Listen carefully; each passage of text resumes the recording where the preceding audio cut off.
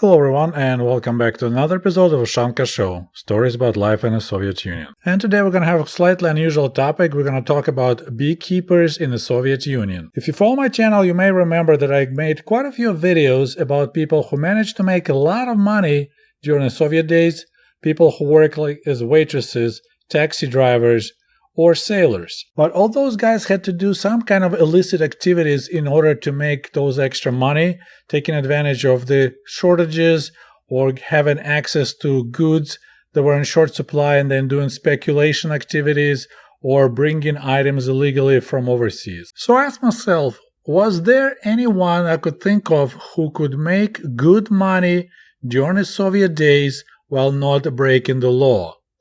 And the only one I could think of was the beekeepers. So let's start our story with a short lesson of Russian language. Урок русского языка. Пчела. Пчела. Пчела means the bee. Пчеловод. Пчеловод. Beekeeper. Мед. Мед. Honey. Улей. Улей. Beehive. Пасека. Пасека. Apiary. And the person who owns apiary is pasechnik. Pasechnik. So the same as a beekeeper. Pasechnik. So honey in the Soviet Union. The retail price for honey, med, was 4 rubles per kilogram. It's kind of interesting that usually milk, sour cream, juices were sold in liters while honey was sold per kilogram. And buying honey is actually one of my early childhood memories. I was probably 6 or 7, and I think it was early September because it was warm, bees were in the air, and of course they were acting crazy because we were standing in line on the street buying honey, and the salesperson had honey in aluminum milk jugs. And every customer had to bring their own glass jars, so some people had 1-liter jars, some people had large 3-liter jars. And that's what the first time I noticed that lady was filling the jars with honey, but not filling to full, but stopping at 1 kilogram, and that was way less than 1 liter. And I remember feeling like it's not fair because it's not full jar, but you charge for the whole kilogram. But for me as a kid, it was just generally a wild experience because the bees were just everywhere. It was crazy, and of course I remember being a little bit butthurt because my mom had to pay more than 4 rubles to have a full 1-liter glass jar of honey. So let's talk about the price. 4 rubles per kilogram. Is that a lot or not? Considering the fact that the average salary in the Soviet Union in the late 70s, early 80s was 150 rubles per month, it means that average Soviet person, doesn't matter engineer or worker, could buy approximately 37.5 kilograms of honey for their monthly salary. Now, I just checked the honey prices in my local Meijer supermarket, and for American honey, it's about $18 per kilogram. For Meijer generic brand, product of USA, Canada, Argentina, and Mexico, price about $10 per kilogram. And to compare apples to apples, honey to honey, we'll take American honey versus Soviet honey. So if you could afford only 37.5 kilograms of honey in America, that would mean that your salary a month will be $675. This is kind of reference how much Soviet people made in honey, that how much you would make in America in honey, $675 a month. So considering Soviet average salary, honey was very expensive, which meant beekeepers were making good money. But I need to mention right away that you couldn't just quit your job in the city, move out of the country, buy a bunch of beehives, and start making money. You had to work somewhere. You couldn't just say, oh, I'm just going to be a beekeeper. No. So only retirees could do beekeeping, or people would find a way to get some kind of job that on the paper you're maybe guarding some warehouse at night or some construction site. Meanwhile, you're actually doing bees and honey. So what kind of income we're talking about for the Soviet beekeepers? I had to do some research. So if you have, for example, 20 beehives, which is people said usually makes sense to do honey if you have at least 10, 20 is preferable. So you have 20 beehives. Each beehive can produce 30 to 40 kilograms of honey per year, which means you can generate about 500 kilos of honey every year. So there were 3 ways to sell your honey. You could sell it wholesale to the government. We had a special so-called zagot kantory, so that's the places that you could bring your honey and sell it, and they will pay you $3.50 per kilogram. Or you could take it to the market and try to sell it for 4 or maybe 5 if you have excellent honey.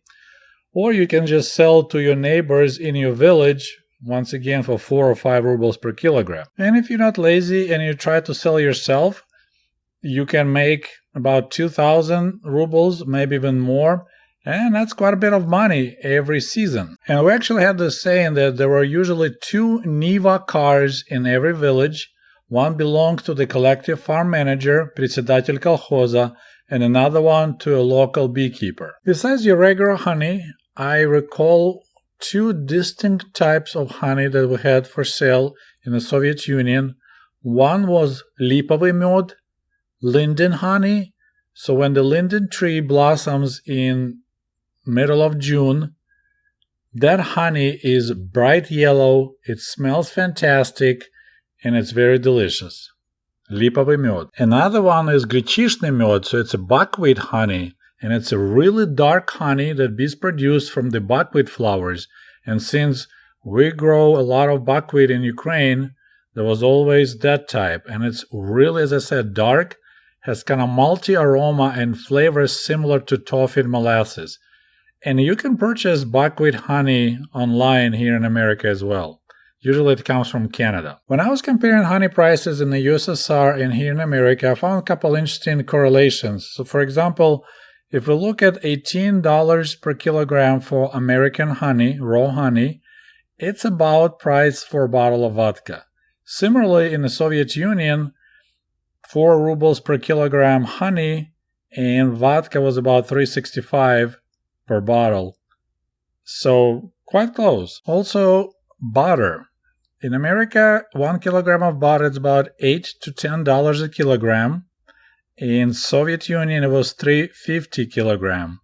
And once again, it relates to 1 kilogram of honey. It's pretty close. And speaking of the Soviet era beekeepers, so imagine you retiree, like my grandparents, work at the collective farm and their pension maybe 12 rubles a month, or I believe my grandpa had higher pension, like 25 rubles per month.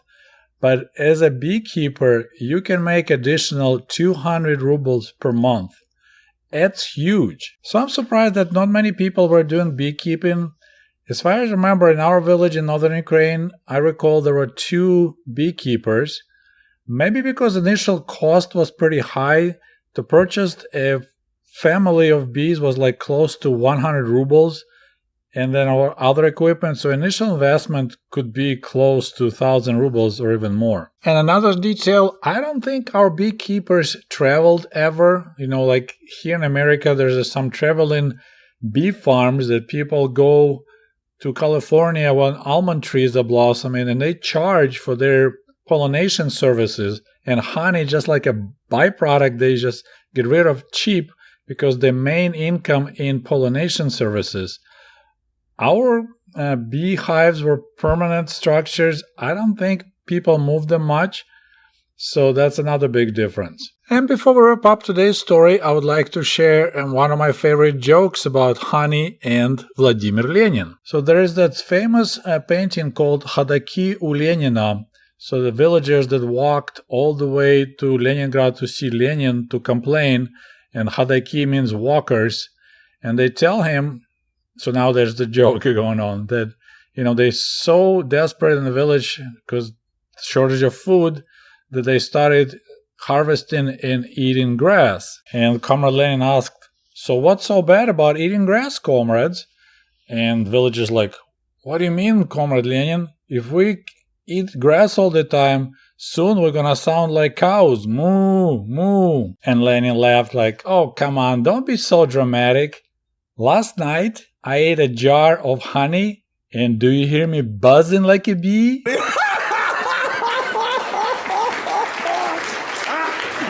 Чего не смеетесь-то? Не смешно? Не поняли, да? Okay, my friends, it's all I have for you today. I hope you enjoyed this story about honey in the Soviet Union. And as we say, любишь медок, люби холодок. This saying makes no sense. If you like honey, you should like cold weather. But anyway, don't forget to like this video. If you still hasn't subscribed, please subscribe and we'll talk to you soon. До свидания. Goodbye.